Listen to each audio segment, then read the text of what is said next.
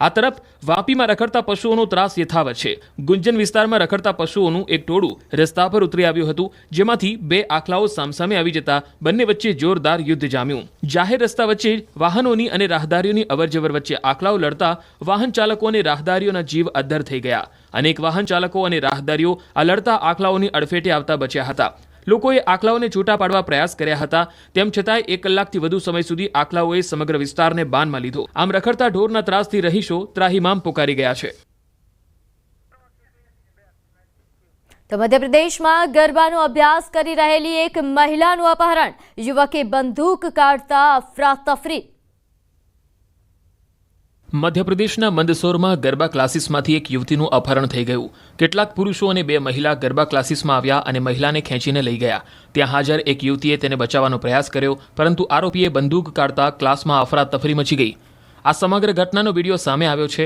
આ ઘટના શનિવારે રાત્રે 10 વાગ્યાની આસપાસ બની। ખાનપુરામાં આવેલી ભાવસાર ધર્મશાળામાં મહિલાઓ અને યુવતીઓ ગરબા કરી રહી હતી।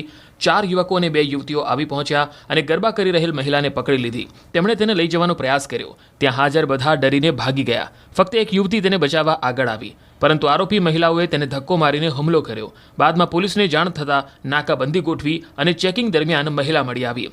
પ્રાથમિક તપાસમાં આરોપીઓ મહિલાના પરિવારથી જ હતા। મહિલા લિવ ઇન રિલેશનશીપમાં રહેતી હોવાથી અપહરણ કર્યું હોવાનું સામે આવ્યું। સમગ્ર મામલે 7 આરોપીની ધરપકડ કરી લેવાઈ। તો ઉત્તર પ્રદેશના લખનૌમાં મોલ બહાર ફાયરિંગ, ધોકાવાળી અને ઝપાઝપી।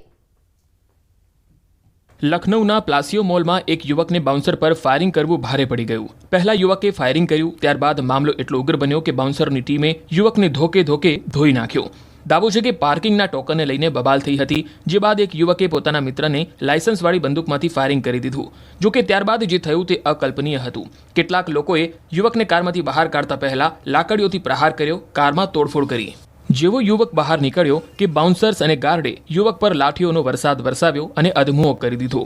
આ સમગ્ર મામલે બંને તરફથી ફરિયાદ લેવાઈ છે અને આરોપીની ધરપકડ થઈ ગઈ હોવાનો દાવો છે। આરોપીઓ પાસેથી એક લાયસન્સ પ્રાપ્ત પિસ્તોલ, 2 મેગઝીન, 2 ખાલી કારતૂસ અને 5 કારતૂસ પણ મળી આવ્યા છે।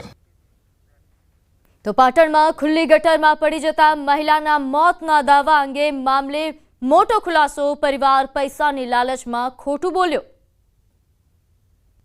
પાટણના રાધનપુરમાં ખુલ્લી ગટરમાં પડી જવાથી મહિલાના મોત મામલે મોટો ખુલાસો થયો છે। તપાસમાં સામે આવ્યું છે કે મહિલાનું મોત ખુલ્લી ગટરમાં પડી જવાના કારણે નહીં, પરંતુ અકસ્માતમાં થયું છે। સીસીટીવીએ દૂધનું દૂધ, પાણીનું પાણી કરી દીધું છે। આ અંગે પાટણ પોલીસે આમ આદમી પાર્ટી અને કોંગ્રેસના કાર્યકર્તાઓ સામે આક્ષેપ કર્યા। પોલીસનું કહેવું છે કે રિક્ષા ચાલકની ટક્કરથી રસ્તે ચાલતી મહિલા નીચે પટકાય છે અને તેને માથામાં ઈજા થાય છે, જે બાદ રિક્ષા ચાલક મહિલાને તેની જ રિક્ષામાં લઈ જઈને હોસ્પિટલ ખસેડે છે, જ્યાં તબીબોને કહે છે કે આ મહિલા ખુલ્લી ગટરમાં પડી ગઈ હતી। આ બનાવ બાદ મૃતકના સગાઓને આમ આદમી પાર્ટી અને કોંગ્રેસના કાર્યકર્તાઓએ ગેરમાર્ગે દોરવાનો પ્રયાસ કર્યો હોવાનો દાવો છે। દાવો એવો છે કે આપ અને કોંગ્રેસના કાર્યકર્તાઓએ મૃતકના પરિવારજનોને કહ્યું હતું કે જો તમે તંત્રની બેદરકારીથી મોત થયું હોવાનું કહેશો તો સરકારી સહાય મળશે। આમ આદમી પાર્ટીના ગણપતભાઈ જોશીએ જણાવ્યું કે સોશિયલ મીડિયામાં તમે એવી માહિતી આપો કે તમારા મમ્મી ગટરમાં પડી જવાથી મોત થયું છે, જેથી કરીને તમને સરકાર તરફથી સહાય મળશે। તેથી લાલચમાં આવી સગાઓએ પણ સોશિયલ મીડિયામાં મોતનું કારણ તંત્રની બેદરકારી હોવાનું જણાવ્યું। હવે પોલીસે તટસ્થ તપાસ કરતા આખો મામલો બહાર આવ્યો છે। આ કેસમાં પોલીસે રિક્ષા ચાલક સામે ગુનો નોંધી અટકાયત કરી લીધી છે। તો સુરતમાં કેમિકલ માફિયાઓ બેફામ, શેરીઓમાં લાલ પાણી બાદ હવે બ્લુ પાણી પણ વહેતું થયું। સુરતની શેરીઓમાં હાલ કંઈક આવું જ પાણી વહી રહ્યું છે। કોઈ જગ્યાએ લાલ પાણી તો કોઈ જગ્યાએ બ્લू। दावो है कि आज पानी लोगों घर સુધી पहुंची રહ્યું છે। समस्या तो मच्छर होता है, आपको कारीगर लोग परेशान होते हैं। मच्छर होता है, डेंगू होता है, मलेरिया होता है, पीने का पानी होता है उसके अंदर भी जाता है। क्या पीने का पानी कलर मिक्सर होता है। सूरत में केमिकल माफिया बेफाम बन्या है। उधना और बेस्थान बाद लिंबायत विस्तार में पण समस्या सामे आवी। गोविंदनगर में ड्रेनेज लाइन में भूरा और लाल रंगનું केमिकलयुक्त पानी बहार આવી રહ્યું છે। સ્થાનિકોની ફરિયાદ છે કે પીવાના પાણી પણ કેમિકલયુक्त रंगीन આવે છે। ये गोविंद नगर का विस्तार है। ये इंडस्ट्री खाते लाइन का एरिया है। यहाँ पे आप देख सकते हो पूरा ब्लैक कलर का पानी जो है गटर लाइन में से सब बाहर बह रहा है। तस्वीरों में स्पष्ट देखाय છે કે ડ્રેનેજ લાઇનમાંથી કેમિકલ પાણી જાહેરમાં છોડાઈ રહ્યું છે। કેમિકલયુક્ત પાણી વચ્ચે લોકો ચાલવા મજબૂર બન્યા છે। તંત્ર માત્ર નોટિસ અને સીલની ધમકી આપે છે, પરંતુ કોઈ કડક કાર્યવાહી ન કરાતી હોવાનો આરોપ છે। સુરતના ઉધના બેસ્તાનમાં ફરી એકવાર કેમિકલ માફિયા બેફામ જોવા મળ્યા। વરસાદી પાણી સાથે ડ્રેનેજ લાઇનમાંથી લાલ, ગુલાબી અને હવે ભૂરા રંગનું કેમિકલયુક્ત પાણી બહાર આવતા સ્થાનિકોમાં ભારે રોષ જોવા મળ્યો. સ્થાનિકો ઝેરી પાણીમાંથી પસાર થવા મજબૂર બન્યા. બીજી તરફ એસએમસી અને જીપીસીબી જેવી સંસ્થાઓ ઘોર નિંદ્રામાં લાગી રહી છે. વારંવાર રજૂઆત કરવા છતાં કોઈ પગલાં લેવામાં ન આવ્યા હોવાનો દાવો છે. હાલ સમય થયો છે એક નાનકડા વિરામનો.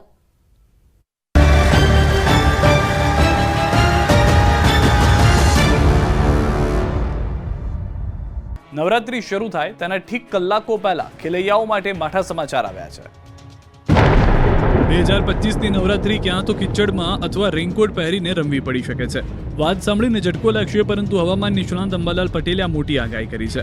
તેમના મતે આ વર્ષે નવરાત્રીમાં મેઘરાજા તોફાની બેટિંગ કરી શકે છે. આ વર્ષે ખેલૈયાઓના રંગમાં વરસાદ ભંગ પાડશે અને નવરાત્રીમાં ખેલૈયાઓ માટે વરસાદ વિલન બનશે. બંગાળની ખાડીમાં એક મજબૂત સિસ્ટમ સક્રિય થશે અને તેની અસર છેક ગુજરાત સુધી થશે, જેને કારણે વીજળીના કડાકા ભડાકા સાથે વરસાદ ખાબકશે.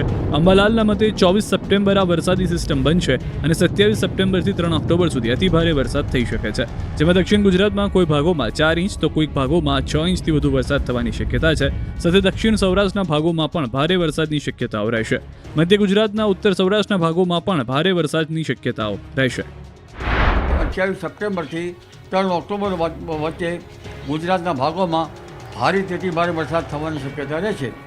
તો હવામાન વિભાગના મતે રાજ્યમાં 48 કલાક ભારે છે, તેમાં અમદાવાદમાં પણ મધ્યમ વરસાદ થઈ શકે છે. भरूच, सूरत, नवसारी है, तापी है.